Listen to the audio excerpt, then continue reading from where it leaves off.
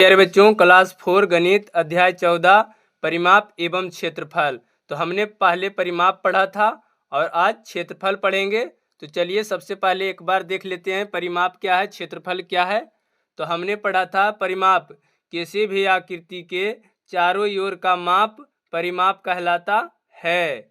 जैसे ये आयत है तो इसकी चारों ओर का जब माप यानी जोड़ेंगे तो इसका परिमाप हो जाएगा। जिसे ये त्रिभुज है, ये त्रिभुज को हम जब तीनों ओर का माप यानी जोड़ेंगे तो जैसे ये 3 centimetre 3 centimetre 5 centimetre 3 centimetre 3 centimetre 5 centimetre जब हम जोड़े तो इसका 11 सेंटीमीटर आया। यानी इस त्रिभुज का परिमाप 11 सेंटीमीटर है। उसी प्रकार अब हम क्षेत्रफल देखेंगे। क्षेत्रफल क्या है हमारा क्षेत्रफल? तो क्षेत्रफल किसे कहते हैं? तो सबसे पहले हम क्या बोलेंगे कि समतल पर बनी किसी आकृति द्वारा घेरे गए स्थान को क्षेत्रफल कहते हैं। जैसे ये आयत था तो हमने आयत में जो ये है अंदर का भाग, ये क्या हमारा हो गया? ये हमारा हो गया क्षेत्रफल। ये जो अंदर में है ये क्या है? हमारा क्षेत्रफल। और ये जो बाहर आकृति है यानी 4 सेंटीमीटर 2 सेंटीमीटर 4 सेंटीमीटर 2 सेंटीमीटर, ये क्या है? परिमाप।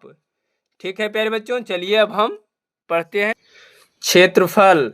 हमने रुमाल, स्लेट, मेज, खेत और ऐसी ही अन्य बंद आकृतियों की चारों ओर का परिमाप निकालना समझा है। आइए अब हम बंद आकृतियों से जुड़ी एक और रोचक बात को समझें। यानी हमने रुमाल, स्लेट, मेज, खेत के बारे में परिणाम निकालना सीखे हैं। एक दिन कक्षा में सभी बच्चे ने सोचा कि क्यों ना यह देखा जाए कि उनकी गणित की कितनी किताबें कक्षा में रखी मेज पर सजाई जा सकती है। यानी एक दिन सभी बच्चे ने मेज यानी टेबल पर अपनी गणित का किताब सजा रहे थे। तो क्या है, कक्षा में सभी बच्चे उत्सुक होकर किताबें मेज के ऊपर रखने लगे। यानी सभी बच्चे खुश होकर किताबें मेज पर रखने लगे। तभी शिक्षक ने सभी बच्चे से कहा, किताबें सजाते समय यह ध्यान रखने की एक किताब दूसरी किताब के ऊपर ना पड़े। यानी कि एक किताब दूसरी किताब के ऊपर ना पड़े। बच्चे द्वारा 15 किताबें रखने पर मेज की सतह पूरी ढक गई। यानी ये टेबल पर 15 किताबें रखी गई तो पूरा भाग क्या हो गया? ढक गया। तब शिक्षक ने सभी बच्चों से कहा, क्या यह कहा जा सकता है कि मेज की सतह 15 किताबें की तरह 15 किताबें की सतह जितनी है? यानी कि ये जो मेज है इसे हम कह सकते हैं कि इसकी सतह 15 किताबें की सतह जितनी है। आप क्या सोचते हैं? क्या शिक्षक ने मेज की सतह के बारे में ठीक कहा है? तो हाँ, ठीक कहे हैं। अब बताइए, अब आपसे पूछा जा रहा है कि अब बताइए, अगर गणित क्या है, गणित की किताब का आकार बड़ा होता तो मेज की सतह पर 15 से अधिक किताबें ढकती या कम किताबें से? तो कम क्या होता? इस पे कम होता, कम किताबें से। तो क्या हम लिखेंगे कि कम किताबों से, क्योंकि अगर उसकी आकृति बड़ा रहेगी तो किताब कम अटेगा टेबल पर। इसके विपरीत यदि गणित की किताब का आकार छोटा होता तो क्या होता? उसके बाद एक बार हमसे क्या पूछा कि अगर बड़ा होगा तो किताब कम अटेगी। उसके बाद अगर पूछ रहा है कि किताब का आकार ही छोटा होता तो क्या होगा? मेज पर किताब ज़्यादा अटेगी। तो माचिस से डिब्बा, अब पूछ रहा है माचिस से माप। माचिस की खाली डिबियाँ जमा करें। यानी माचिस की खाली डिबियाँ जमा करें। अपनी गणित की किताब पर इन डिबियों को सजाइए। कितनी डिबियाँ अटी? जैसे अपनी किताब पर कितनी डिबियाँ अटी? तो सबसे पहले देखिए, ये हमारा क्लास 3 कॉम्पल का किताब है। हमसे पूछ रहा है कि ये किताब है, इस पर कितना डिबियाँ अटी। तो हम अनुमान लगा सकते हैं प्यारे बच्चों। जैसे 1 2 3 4, 1 2 3 4। तो उसी प्रकार यानी कि हम 20 डिब्बा बोल सकते हैं। तो यानी कि कितनी डिबियाँ अटी, तो 20 डिबियाँ। कितना? 20 डिबियाँ। फिर क्या पूछता है, अर्थात गणित की किताब की सत्ता 20 डिबियाँ क्या होगा, 20 डिबियाँ की सत्ता, यहाँ पे लिखना है 20 डिबियों की सत्ता होगी। उसके बाद, यदि आपके पास माचिस की केवल एक डिब्बी हो तो क्या आप किताब की सत्ता माप सकते हैं? कैसे मापेंगे? माप कर देखिए। जैसे ये किताब है, किताब पर ये माप रहे हैं, ठीक है। इस तरह किताब की सत्ता, माचिस की डिबियाँ, तो ये किताब को आप क्या है, इस किताब को आप कितना डिबियाँ से माप सकते हैं? तो 1 2 3 4, उसके बाद 1 2 3 4 5 6, यानी कि 6 चौके 24। कितना? 24। 24 माचिस की डिबियों की सत्ता होगी। यानी कितना होगा? 24 माचिस की डिबियों की सत्ता होगी।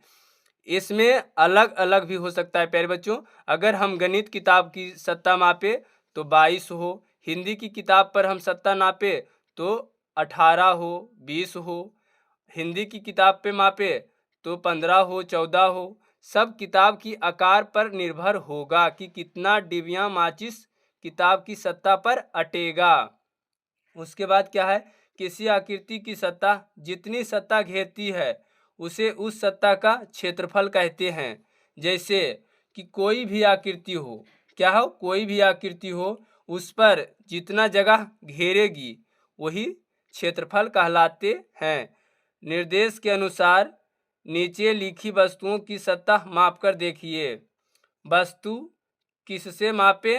सत्ता की माप, मेज की सत्ता पुस्तक से, यानी कि टेबल को पुस्तक से मापेंगे तो कितना होगा? तो क्या था, मेज की सत्ता पुस्तक, तो मेज पर जब इसने मापा तो कितना? 15 किताबें रखी गई, यानी 15 किताबें। तो हम यहाँ पे लिख सकते हैं कि 15 पुस्तक। क्या है यहाँ पे, हम 15 पुस्तक। पुस्तक पर माचिस की डिब्बी, तो हमने इस पुस्तक पर मापा था तो 20 डिबियाँ, यानी 20 डिब्बा आई थी। तो हम यहाँ पे लिख सकते हैं कितना? 20 डिब्बी। क्या है? 20 डिब्बी, ठीक है। अभ्यास पुस्तक, अभ्यास पुस्तक पर जब हम माचिस की डिब्बी को मापेंगे तो कितना आएगा? तो हम अनुमान से लिख सकते हैं कि 24 डिबियाँ आए। कितना? 24 डिबियाँ, ठीक है। क्या है? कैलेंडर चार्ट, यानी कैलेंडर पर हम मापेंगे कॉपी का पन्ना। जैसे कॉपी का पन्ना क्या हुआ, इस तरह से जो रहेगा पन्ना, उसी प्रकार से हम मापेंगे। तो कैलेंडर पर हो सकता है सबका कैलेंडर का आकार बड़ा बड़ा रहता है या कोई छोटा भी रहता है। तो हम कह सकते हैं कि 5 क्या होगा? 5 कॉपी का पन्ना, 5 कॉपी का पन्ना, 5 कॉपी का पन्ना। उसी प्रकार पेटी के मतलब पेटी का जो बक्सा रहती है उसकी ऊपरी सत्ता पर कॉपी, यानी कि जो बॉक्सा रहेगी उस पर हम किताबें रखकर देखेंगे कि कितनी किताबें अटी। तो हम अपने अनुमान से बोल सकते हैं कि उस पर 6 कॉपी, यानी 6 कॉपी, ठीक है।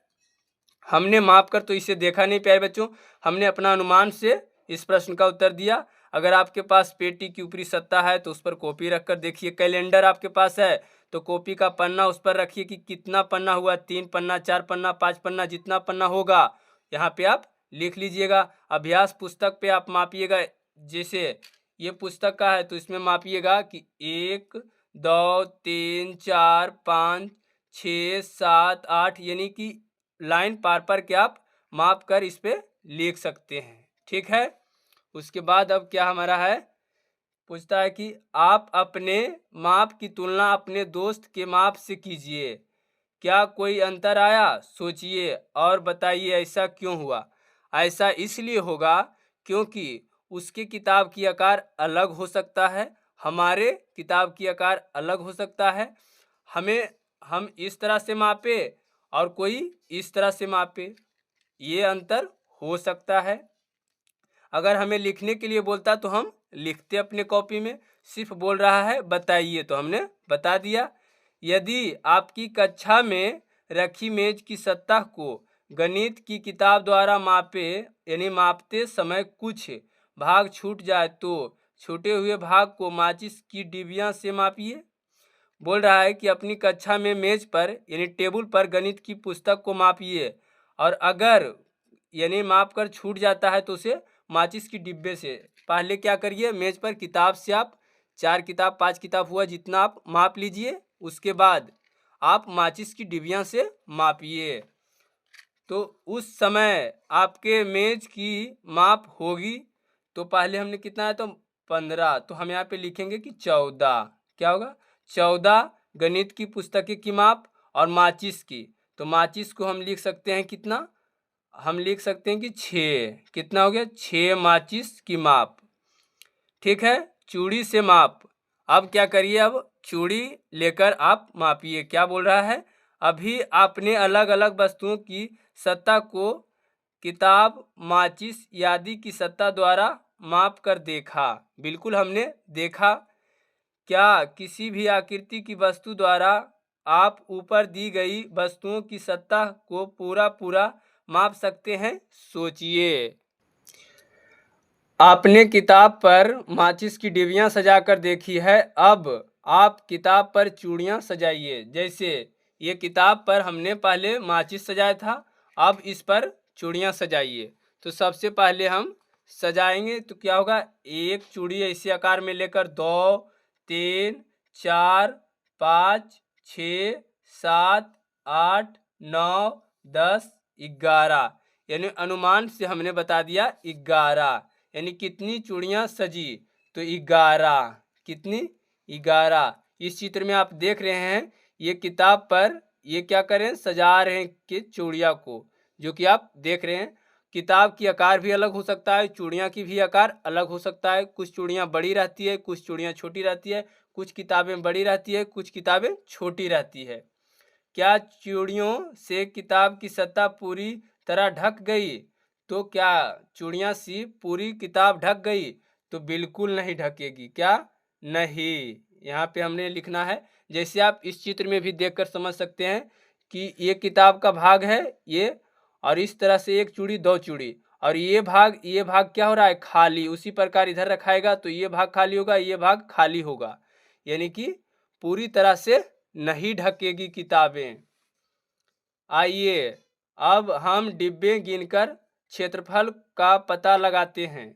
अब हम डिब्बे गिनकर क्षेत्रफल की पता लगाते हैं।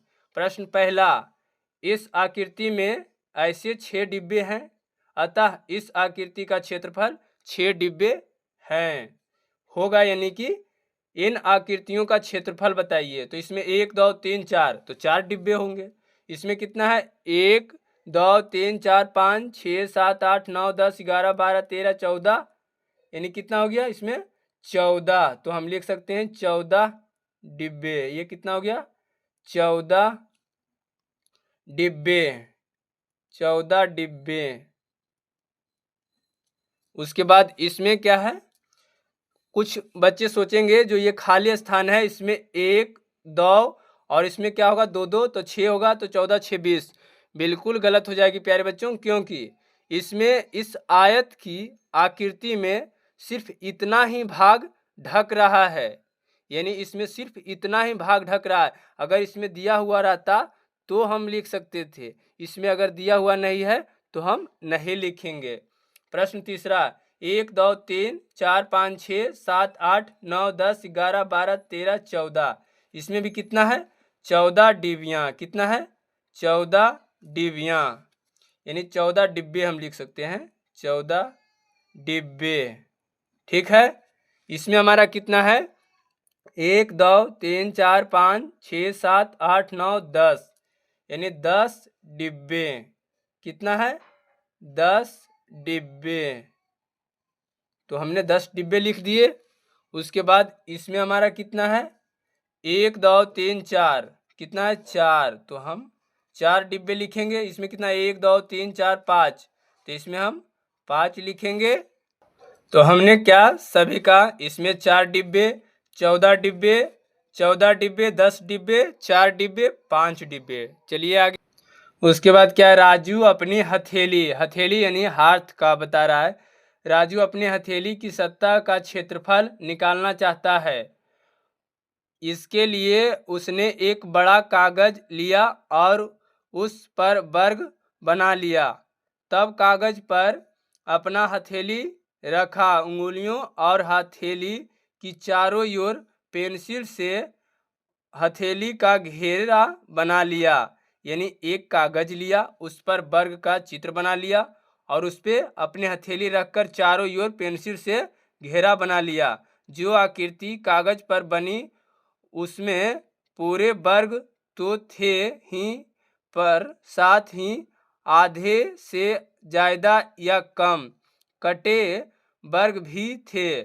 तब राजू ने अपने शिक्षक से पूछा, मैं अपनी हथेली की सतह का क्षेत्रफल कैसे पता लगाऊं?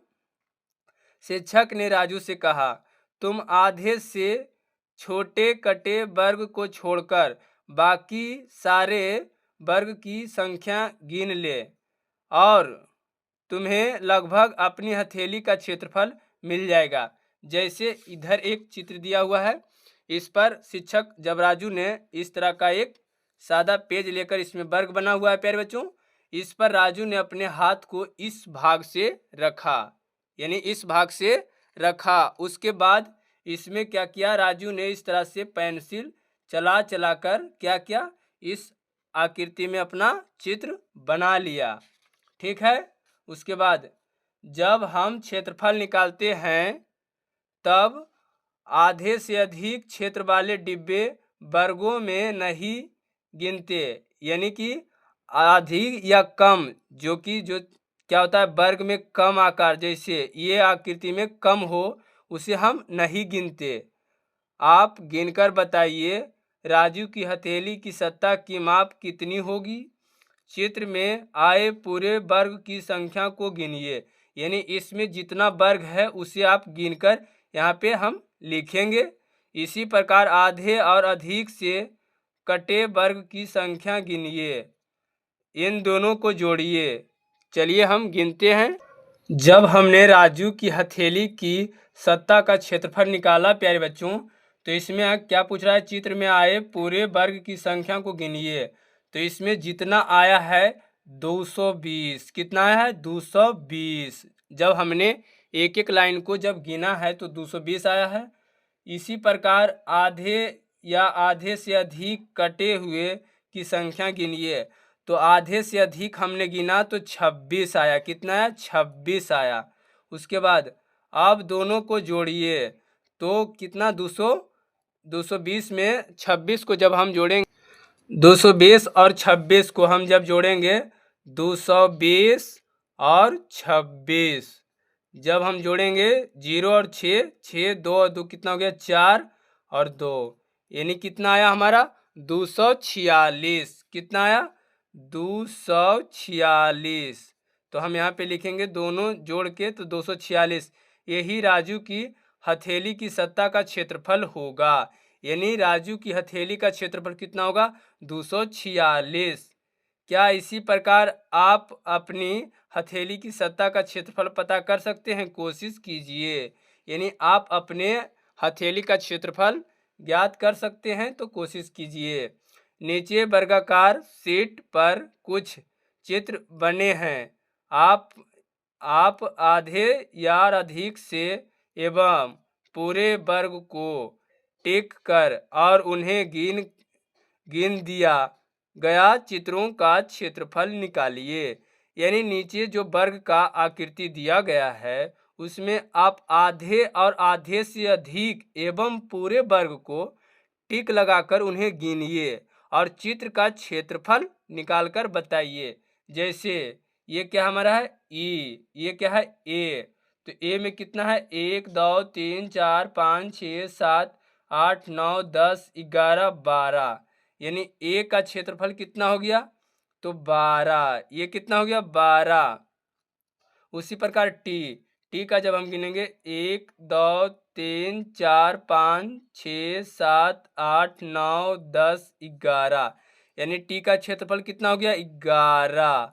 उसके बाद पी का, तो पी का 1 2 3 4 5 6 7, ये आधा है, 8 9 10 11 12 13 14 15 16 17, ये जो है प्यारे बच्चों, ये जो देख रहे हैं ना 16 जो आया, ये दोनों आधा से भी कम है, तो यानी 14 ही होगा। इसका क्या होगा 14 ही होगा।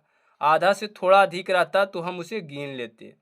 उसके बाद एच में कितना 1 2 3 4 5 6 7 8 9 10 11 12 13 14 15 16, ये कितना है 16। एच कितना हो गया 16, तो हमने 16 लिख दिया है।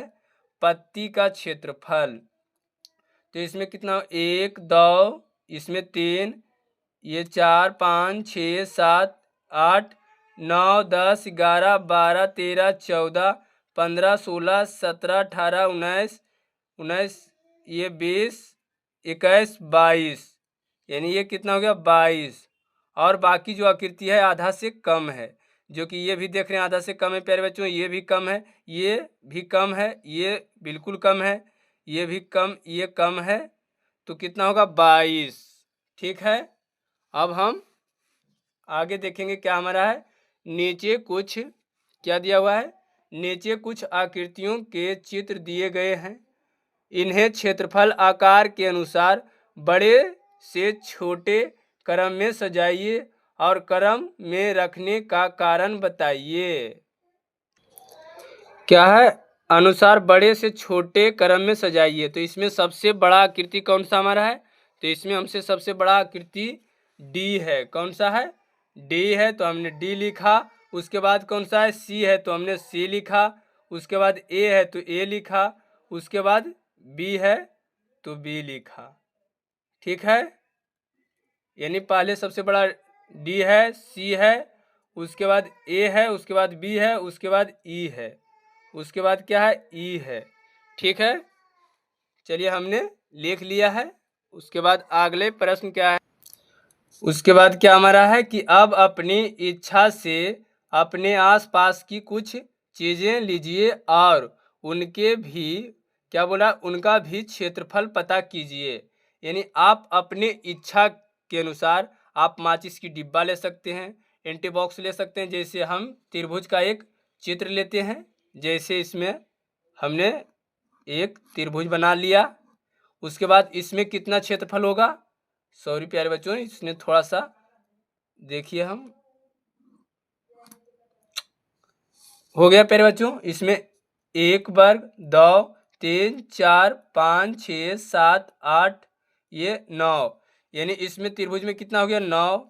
उसके बाद आप आयत का बना सकते हैं, वृत्त का बना सकते हैं, और भी अलग अलग प्रकार की, जैसे एक और माचिस का हम बना लेते हैं।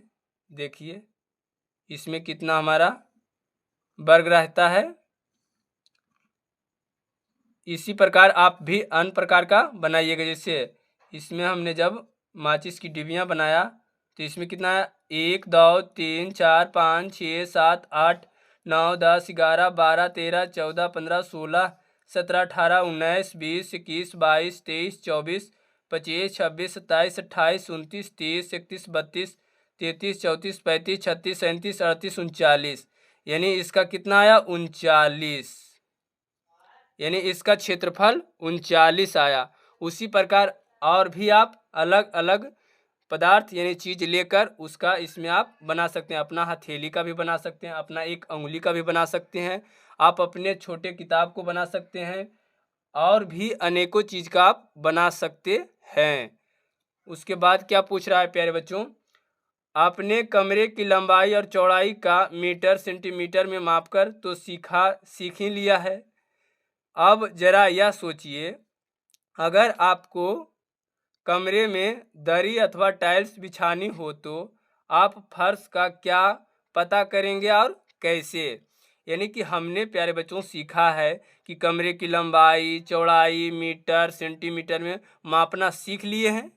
ठीक है, जैसे रुमाल, खेत, बगीचा, हमने ये सब सारी चीज़ का उसका क्षेत्रफल परिमाप किस तरह से होता है हमने सीखा। अब हमसे पूछ रहा है कि अब आप बताइए अपने कमरे या अथवा कमरे में जो अगर दरी बिछाना हो, टाइल्स लगवानी हो, तो उसमें आप किस तरह से लगाइएगा। तो हमने लिखा है कि हम फर्श का सबसे पहले क्षेत्रफल निकालेंगे, यानी फर्श की लंबाई और चौड़ाई कितना है। फिर हम उसी के हिसाब से दूरी अथवा टाइल्स यानी बिछानी है। यानी कि हम सबसे पहले क्या करेंगे, क्षेत्रफल निकालेंगे और फर्श की लंबाई उसके और चौड़ाई कितनी है, फिर हम उसी के हिसाब से दरी या टाइल्स बिछाएंगे। चलिए, ये चैप्टर हमारा समाप्त हो गया प्यारे बच्चों। अगला आएगा आंकड़ों का खेल। अगर वीडियो अच्छी लगे तो इसे लाइक, शेयर, कमेंट जरूर करिए प्यारे बच्चों। कमेंट हमें बहुत अच्छी लगती है। अगर वीडियो अच्छी लगे तो सब्सक्राइब जरूर करिए।